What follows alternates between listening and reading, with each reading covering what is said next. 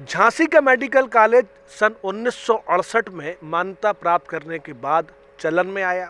1973 के दरमियान तत्कालीन प्रधानमंत्री इंदिरा गांधी ने इसकी शुरुआत की। उसके बाद से लगभग 51 साल से ये मेडिकल कॉलेज आसपास के इलाकों को अपनी सेवाएं दे रहा है।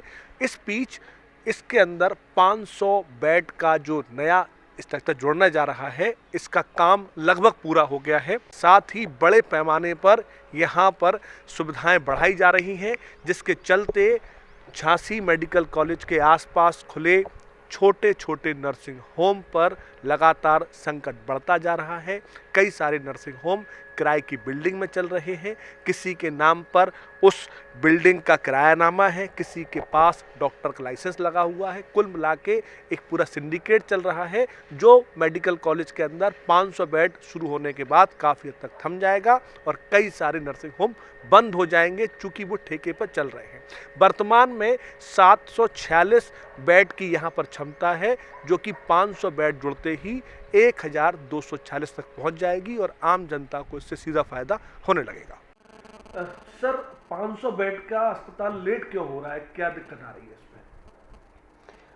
नहीं, एक्चुअली 500 बेड करीब करीब बनने के करीब है। जो गवर्नमेंट ने पैसा दिया था, हमने पूरा पैसा रिलीज़ कर दिया है और उनकी डेडलाइन है 31 मार्च तक हमें बिल्डिंग हैंडओवर कर देंगे।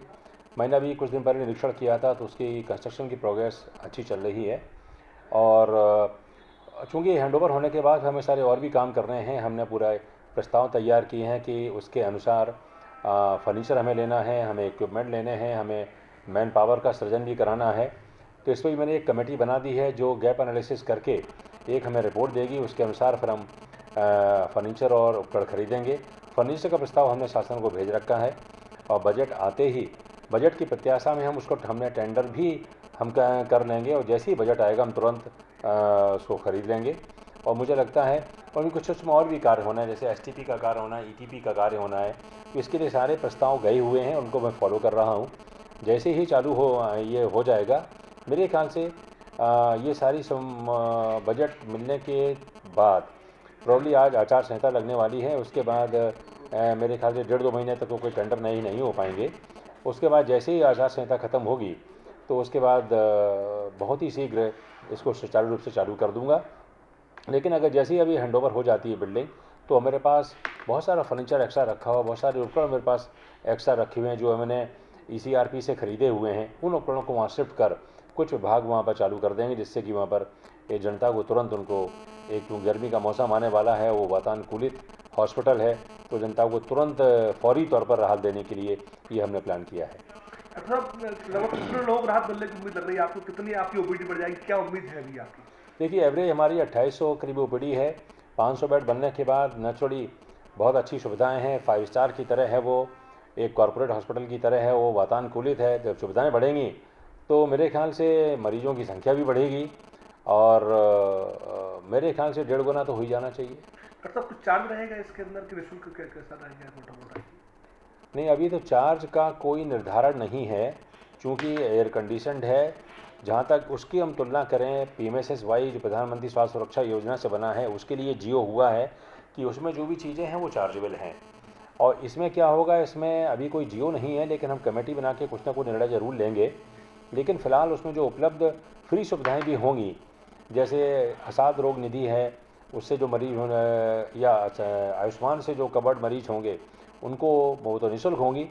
इसका मैंने ये भी प्लान किया है, चूँकि आज की तारीख में अवस्थी जी आप जानते ही हैं कि आयुष्मान भारत एक बहुत ही अच्छा प्रधानमंत्री जी की योजना चल रही है।